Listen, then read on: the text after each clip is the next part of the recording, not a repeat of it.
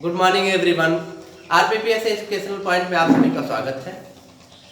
हम आज English grammar जो टॉपिक है जिसके अंतर्गत नरेशन का उसका हम पार्ट 8 लेकर के आए हैं और इसमें हम पढ़ेंगे ऑप्टेटिव सेंटेंस, इच्छा सूचक वाक्य। इसके पहले आपने assertive sentence, interrogative sentence, imperative sentence के बारे में पढ़ा। अब हम चौथा सेंटेंस पढ़ेंगे ऑप्टेटिव सेंटेंस, इच्छा सूचक वाक्य।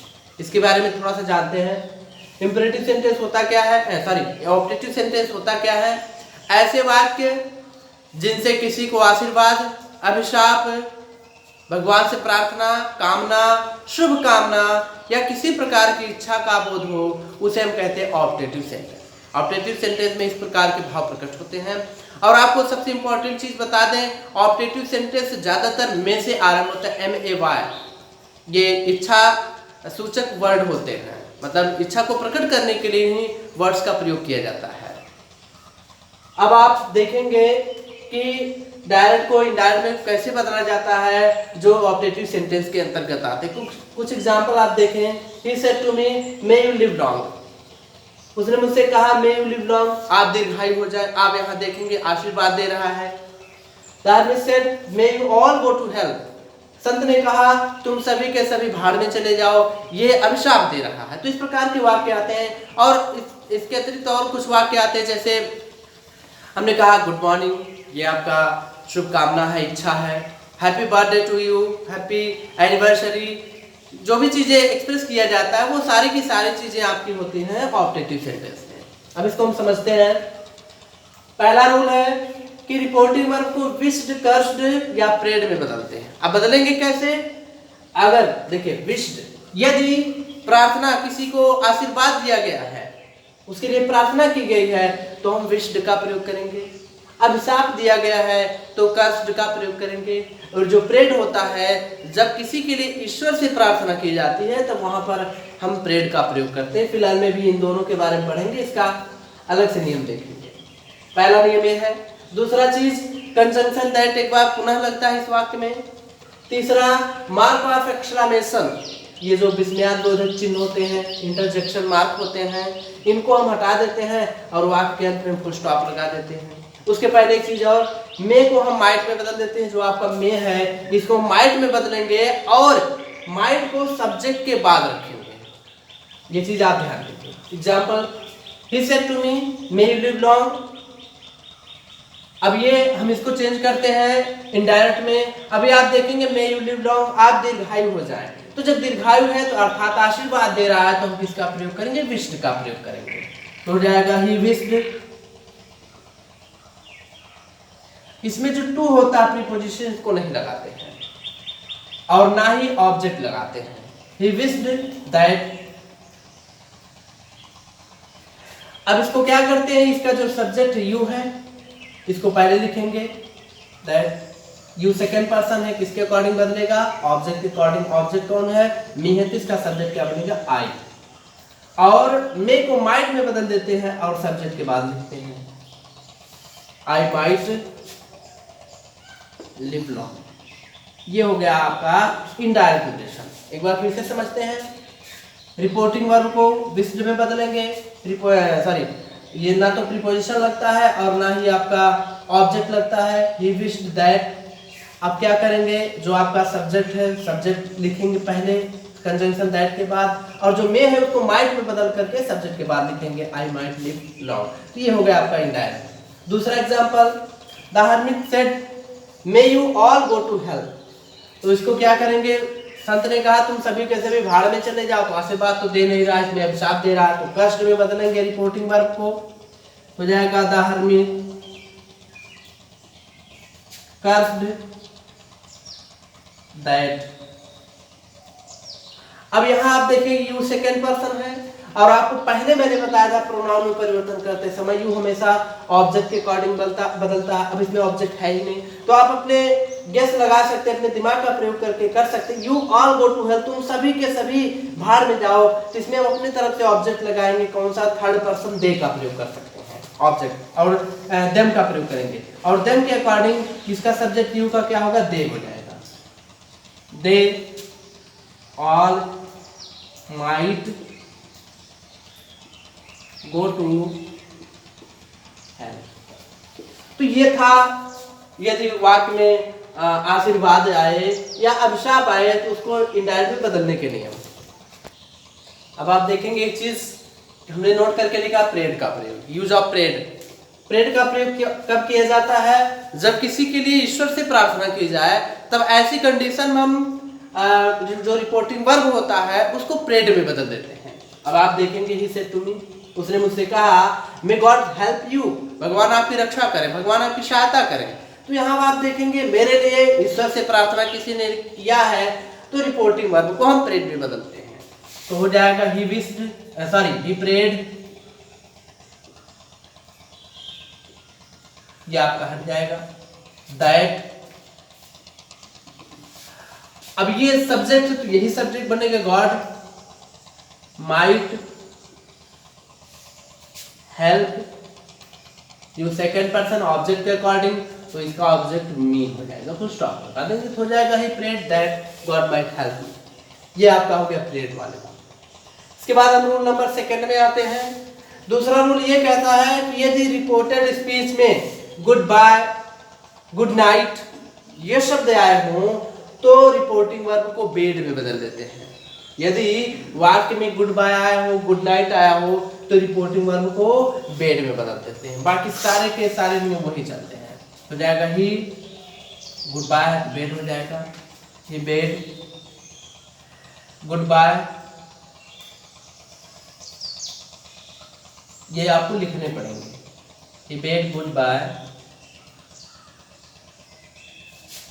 To friends. इसको दूसरे तरीके से भी हम लिख सकते हैं, ही बेड टू फ्रेंड्स, या यहां पर हिज लगा सकते हैं, टू हिज फ्रेंड्स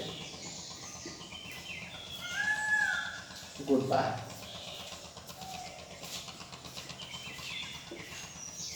अब दूसरा हम देखते हैं, Ravi said good morning teacher. अब रवि अपने टीचर से ही कहेगा, तो आपको मैंने बताया जब गुड मॉर्निंग होता है तो सॉरी, ये मैंने बताया था कि गुड बाय और गुड नाइट के लिए हम बेड का प्रयोग करते हैं, लेकिन यदि गुड मॉर्निंग का प्रयोग हो या और किसी प्रकार की शुभकामना का बोध हो, जैसे हैप्पी बर्थडे हो गया, हैप्पी एनिवर्सरी हो गया, हैप्पी न्यू ईयर हो गया, इस प्रकार के यदि भाव का बोध हो तो क्या करते हैं, रिपोर्टिंग वर्ब को विश्ड में बदल देते हैं। हो जाएगा रवि विश्ड गुड मॉर्निंग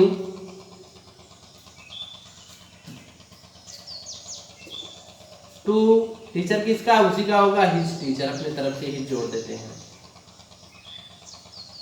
या इसको भी ऐसे करके लिख सकते हैं, Ravi wished to his teacher good morning, तो ये हो गया आपका।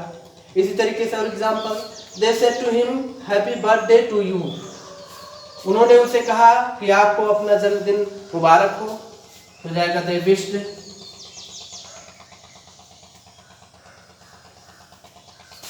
Him happy birthday.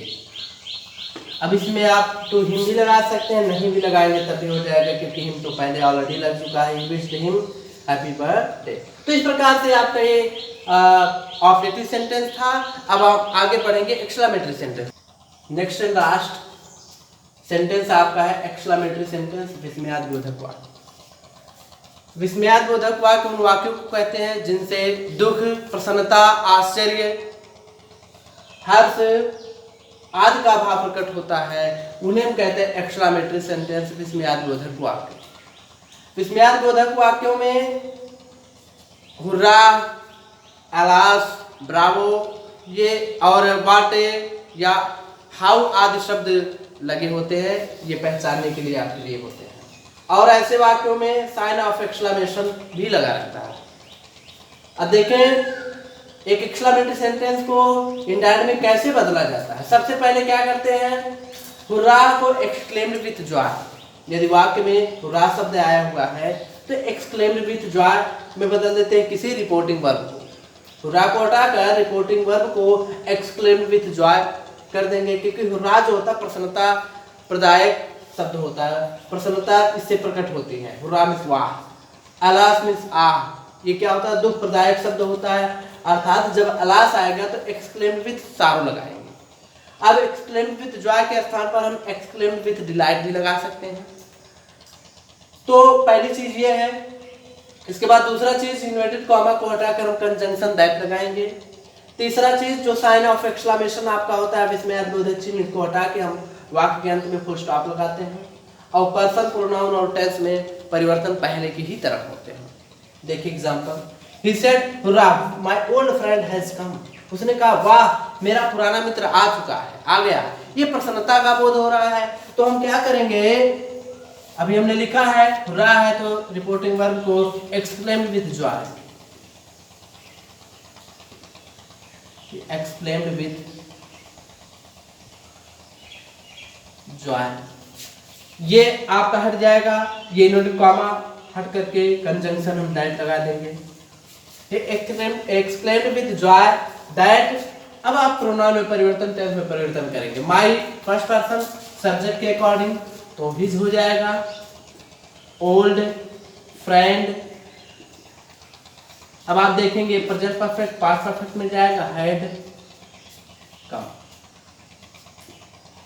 ये हो जाएगा। दूसरा example, she said alas she died so young. उसने कहा बड़े दुख की बात है वह इतनी कम उम्र में मर गई। तो दुख का भाव प्रकट हो रहा है तो इसमें हम लगाएंगे सी एक्सक्लेम्ड विथ सारो दैट। ये थर्ड पर्सन है, इसमें कोई परिवर्तन नहीं होगा। She died of present past indefinite past perfect में जाएगा। सी हैड डाइड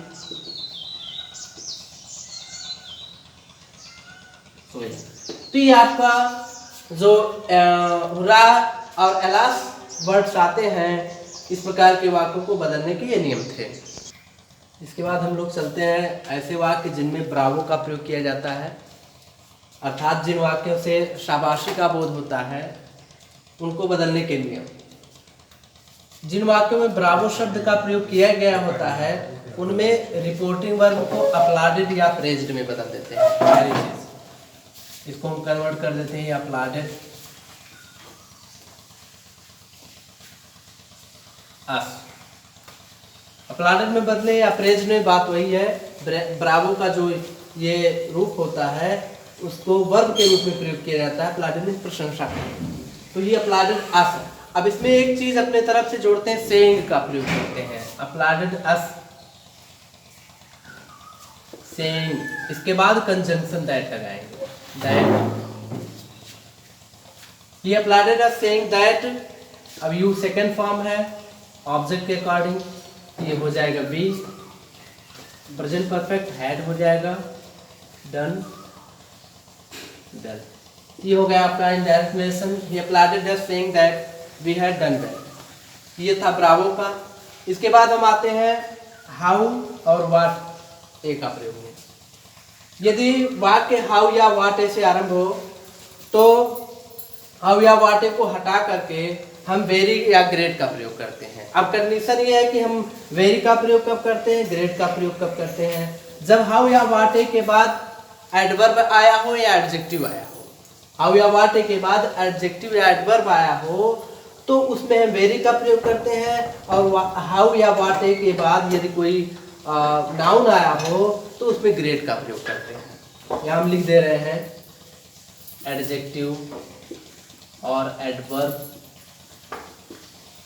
वेरी, और आपका नाउन होगा तो ग्रेट का प्रयोग करें। ये चीज आप ध्यान दें। इसके बाद करना क्या है, ये जो आपका हाउ है ये हट जाएगा। फिर सब्जेक्ट को पहले लगाते हैं कंजंक्शन के तुरंत बाद। इसके बाद वर्ब आज लगा करके ही वाज वेरी फास्ट। ये जो एडवर्ब या एडजेक्टिव बचता है ये वर्ब के बाद या वर्ब के पहले उसके कंडीशन के अकॉर्डिंग जैसे रहता है उसको लिखते हैं। उदाहरण के थ्रू समझेंगे। Ram said to me how fast you are walking. Ram ने मुझसे कहा तुम कितना तेज चल रहे हो। अब इसमें आश्चर्य की बात हो रही है, आश्चर्य प्रकट कर रहा है। दूसरी चीज इसमें हाउ है, और हाउ के बाद आप यहाँ देखेंगे जो फास्ट है एडवर्ब है। तो इसमें जब एडवर्ब या एडजेक्टिव आएगा तो हम वेरी का प्रयोग करते हैं। तो देखें एक चीज और, इसमें आपको ना तो अप्लाइड करना होगा ना कुछ, बस केवल रिपोर्टिंग वर्ब को एक्सक्लेम्ड में बदलना होगा और ऑब्जेक्ट को हटा देना होगा। हो जाएगा राम एक्सक्लेम्ड दैट, ये कंजंक्शन हो गया, ये आपका हट जाएगा। फिर सब्जेक्ट हम लिखेंगे, सब्जेक्ट यू है तो इसे सेकेंड पर्सन के ऑब्जेक्ट के अकॉर्डिंग बदलेंगे तो इसका सब्जेक्ट हो जाएगा आई। ये आर है, वाज हो जाएगा, आई वाज वॉकिंग। अब ये हाउ को हटा करके हम किसका प्रयोग करते थे, वेरी का। वेरी, ये क्या हो गया, फास्ट, क्योंकि ये एडवर्ब है तो इसके एडवर्ब के पहले हम वेरी का प्रयोग करेंगे। तो Ram exclaimed that I was walking very fast. अगला example, he said what a fool I am. उसने कहा कि मैं कितना मूर्ख हूँ। अब आप यहाँ देखेंगे जो ए है, सॉरी व्हाट ए के बाद जो फूल है ये आपका नाउन है। जब नाउन है तो हम ग्रेट का प्रयोग करेंगे और सारी चीजें वैसे ही करेंगे। हो जाएगा ही exclaimed that I first person subject के अकॉर्डिंग तो ही हो जाएगा, आई एम का वाज हो जाएगा, ही वाज। अब यहाँ पर ए है तो ये भी लगेगा, ही वाज अ, इसके पहले लग जाएगा great. He exclaimed that he was a great fool. तो ये इस प्रकार से आपका एक्स्ट्रामेटरी सेंटेंस समाप्त।